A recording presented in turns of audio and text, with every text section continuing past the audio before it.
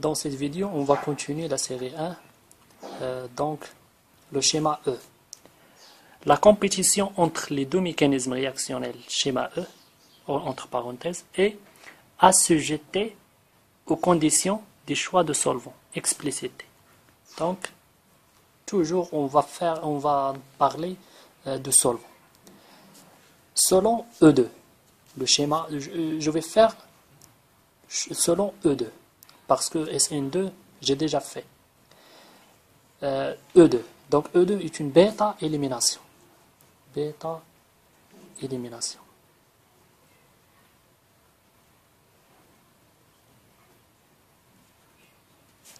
Donc je vais écrire la molécule sous cette forme. CH3 qui était C, BR, CH3 en avant et H en arrière.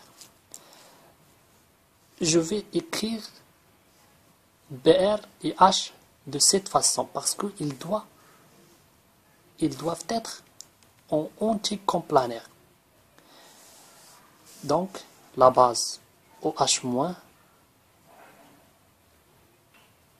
va arracher l'hydrogène en position bêta de l'halogénure et la formation de double liaison et le départ de BR.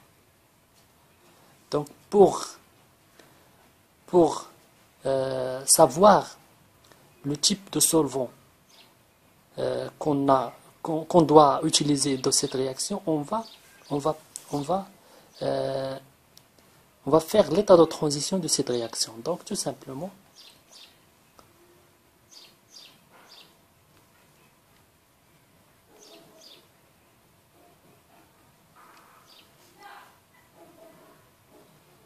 BR, H qui sont éliminés, H qui est éliminé et BR qui partir. Donc H qui est en avant et H qui est en arrière et CH3 en avant et H en arrière. Donc la dispersion de charge longue donc est une dispersion de charge.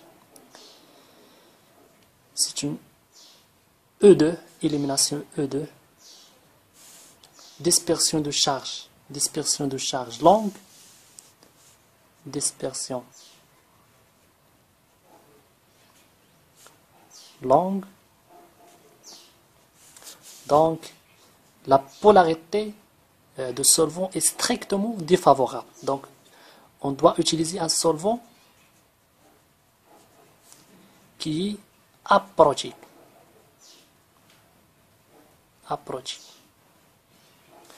Polaire aprochique. Polaire aprochique apolaire, pardon. La polarité de solvant est défavorable. Aprochique. Donc strictement apolaire. Apolaire, pardon. Donc la polarité de solvant est strictement défavorable pour cette réaction parce que la dispersion de charge est longue. Donc solvant aprochique apolaire.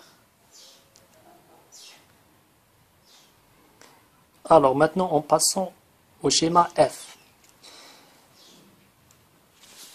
Le rôle de la nature de solvant éther ou pyridine a un impact particulier sur la stéréochimie réactionnelle de la réaction F spécifique. Donc, l'alcool plus SOCl2, donc première étape, l'attaque, départ. Donc on va avoir un carbocation et SO2 se forme d'un gaz, et Cl se forme d'un gaz et Cl-.